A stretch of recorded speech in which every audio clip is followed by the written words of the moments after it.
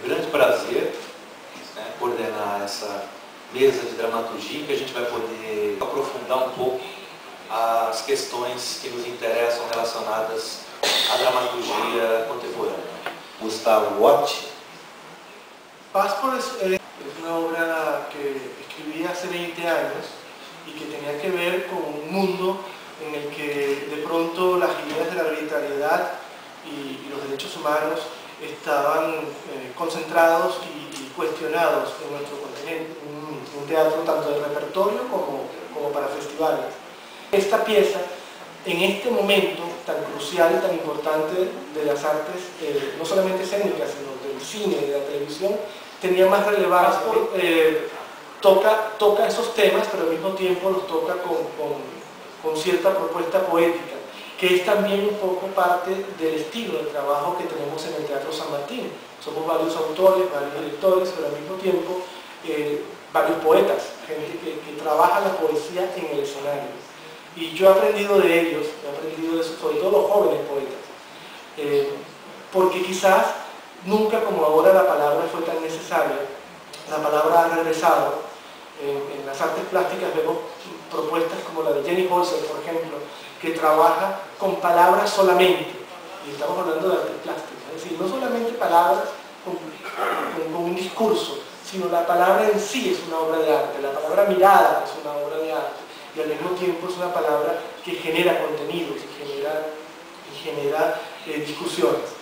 La palabra hoy parece que dice más que 1000 imágenes, y quizás porque la imagen se nos ha desgastado. La imagen la tenemos en la mano, ya es muy difícil sorprender con la imagen de la manera en que nos lo hace WIP, por ejemplo, o lo hace Internet. En nuestros teléfonos podemos manipular la imagen. La imagen se nos ha convertido ya no en algo que nos impacta, sino en algo tan cotidiano y tan manipulable que su sorpresa está precisamente en que ya no nos sorprende. Los sistemas operativos de las computadoras, por ejemplo, cada día pareciera que tienen menos impacto, no porque sean malos, sino porque ya no nos sorprenden. Creo que la palabra no solamente ha llegado para quedarse, sino porque ahora se pueden decir muchas más cosas que antes no se podían decir. La palabra hoy es un jeroglífico vivo. Es un jeroglífico que está escrito en la pared como un graffiti, pero que al mismo tiempo está escrito en el texto y que es capaz de conmover y de impactar de una forma tal que quizás por eso hasta la televisión ha hecho regresar al narrador. En series populares y en algunos casos hasta ridículas, como Mujeres en Israel, me decían que la obra reflejaba la diáspora. Era la idea del judío que sale de su país o que vive en Nueva York y cuando se encuentra en Israel no se comunican, aunque hablen el mismo idioma y pertenezcan a la misma religión y sean de la misma cultura. En Japón, que la presentamos hace un año, sucedió una cosa muy interesante. Me decían que la gente del interior de Japón odia a la gente de la capital, pero odio, que se tratan mal, se tratan muy mal. La gente de Osaka o de Tokio los detestan y al mismo tiempo la gente que vive en las grandes ciudades maltrata a los que ellos se consideran el alma de Japón, que es la gente de la provincia. Y esa guerra entre ellos hace que muchas veces no está sucediendo, el idioma se ha modificado, buscando códigos en los que el enemigo no me entienda. Ahora estamos hablando del mismo idioma, es la misma sociedad japonesa, pero ellos buscan a través del idioma, es que un director haga la obra como yo la creé. Eso me molesta. A mí me gusta que me cambien las obras. Cuando veo un ensayo y veo que el director está haciendo lo que yo escribí, pues de alguna forma intuyo que cree que mi obra es un manual de instrucciones, ¿sabes? Como el de la televisión o el de... A mí lo que me gusta es que me destruyas la obra, que crees una obra totalmente distinta, porque para hacerla como la haría yo, la hago yo y ya está, y salgo más barato que pagarle a un director. A mí me encanta que me modifiquen los textos. La compañía teatral en la que yo trabajo está acostumbrada a faltarme el respeto y además se lo gozan, la pasan muy bien destruyéndome las obras. Y yo siempre estoy tomando nota porque la intuición del actor casi siempre soluciona los problemas que el dramaturgo es incapaz de ver. Escribir es un proceso de enceguecimiento. Uno va perdiendo la vista. Y al final, cuando ha terminado la última página, ya no ves nada. Necesitas los ojos de otro. Necesitas la mirada. Necesitas la mirada. Y esa mirada es cierto egoísmo, porque yo lo que hago es que tomo nota. Tengo actores que me cambian el final, directores que me modifican, hacen justaposición de escena como quieren. Y no solamente eso, traductores que me haría eso, mientras me lo modifican. Pero el otro traductor, él dice que no, que él sí lo haría. Entonces, en francés la obra termina de dos maneras distintas. Y yo estoy fascinado y no hay cómo hacer que esos dos finales vayan en español. Yo le entrego a este niño con las nalgas, que significa que te pueden pegar, ¿no? Que te pueden pegar. Y quizás por eso ya no trabajo con otra compañía que no sea la de San Martín, porque es la única compañía con la que tengo esa relación de falta de respeto, ¿no? De absoluto. Y me gusta mucho. Él me llama ofendido, ¿no? Mira lo que te hicieron y te cambiaron esto, y esa obra no quiere decir esto. ¿Cómo que no quiere decir eso? Quiere decir lo que está montado. En lo literario no cambia, sigue siendo mi misma obra. Yo la he publicado. Para mí lo interesante es que tú seas capaz, no solamente de modificarla, sino que digas lo que tú quieras decir con ella. Y lo mismo sucedió con una pieza que se llama Dos amores y un bicho. Creo que está en Curitiba. Dos amores y un bicho. Es una pieza que también el director no se quiso comunicar conmigo porque pensaba que yo me iba a molestar. Él cambió la filosofía de la obra. Y está bien, está estupendo. Yo creo que, de hecho, estoy estudiándolo yo a él ahora, porque me parece que su filosofía es más interesante que la mía. Y yo estoy viendo esto como...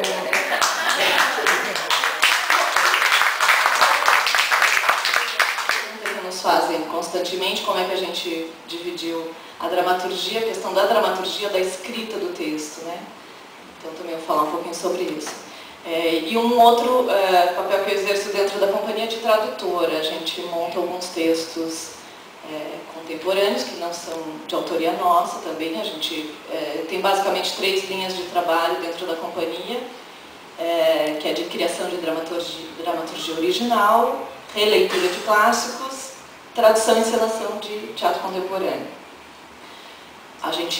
Eu tenho a possibilidade, um pouco por necessidade também, de traduzir alguns textos do francês, textos que nós montamos na companhia e que a tradução pode realmente ser experimentada na boca dos atores e evoluir, ajuda bastante na tradução e que nos permite, inclusive, realizar a tradução desses textos.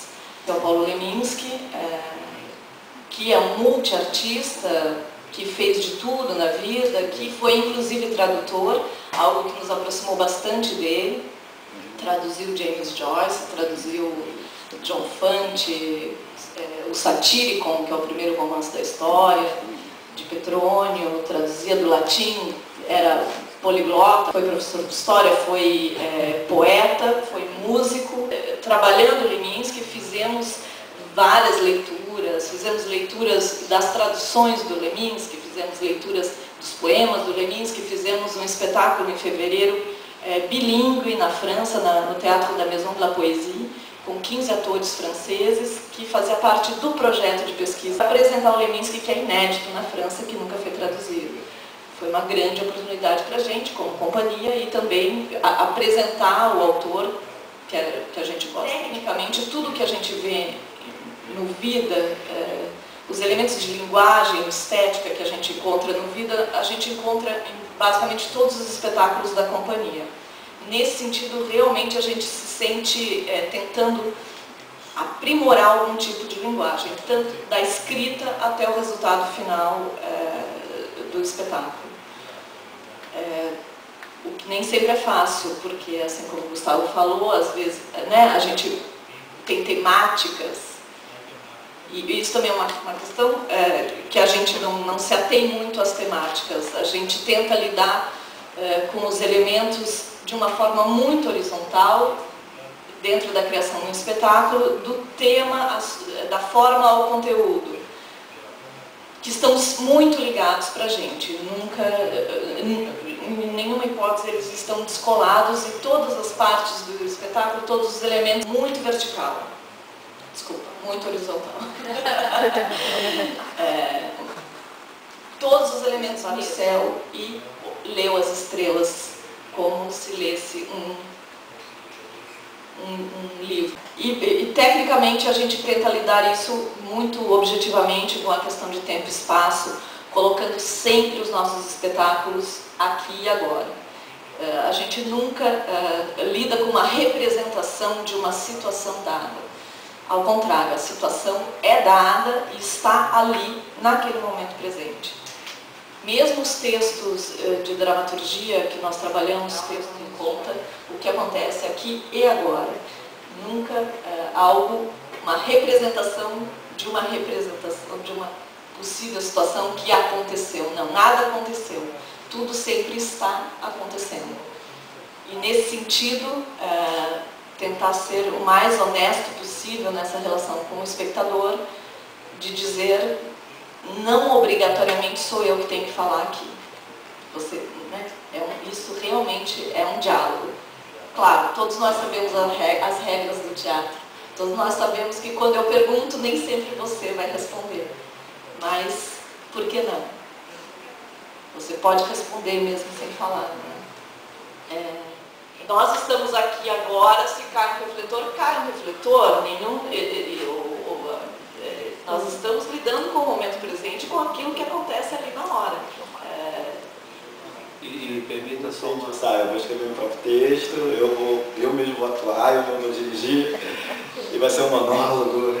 Então, aí vamos ganhando força e vai ganhando espaço, vai ganhando público. E vai determinando um diálogo direto com o público, né? Então, esse negócio de você fazer algo cinemático. Então, cada vez mais eu sinto que as produções estão enfrentando o público, né? Seja com uma provocação ficcional da sua história, ou seja por uma questão de relação espacial mesmo, né?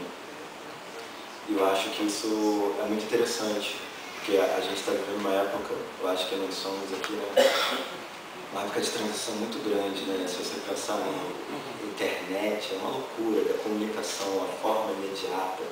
Então é como se, a Savana Glacial percebe muito isso, os espetáculos costumam escrever, como se abrissem vários links, e um pensamento muito acelerado, é como se o seu pensamento não desse conta mais da palavra, porque quando você diz, o seu pensamento já está mais à frente, e aquilo já não te interessa mais, e te interessa por 3 segundos, porque daqui a pouco você tem uma outra referência de interesse.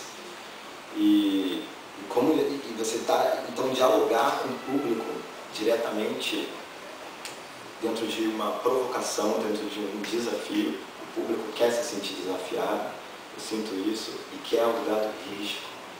Ele quer ver o ator perder o rebolado, quer ver alguma coisa está errada, quer ver que tem vida ali, porque a realidade parece que está muito mais interessante do que a ficção, né? Então parece que o personagem já não é mais suficiente para uma representação de um arquétipo social. Ele quer ver, então eu sinto que isso, a gente está num momento de transição, onde isso vai dar, não sei, mas eu acho que é bem interessante.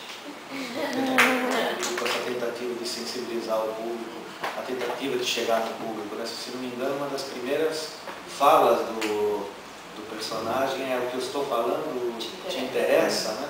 Quer dizer, é francamente um diálogo aberto. Então, é natural que toda cultura, no momento em que o espetáculo se realiza junto ao espectador, se instaure dessa forma, porque é sobre isso, entre tantas coisas ali, mas vocês estão falando muito sobre isso também.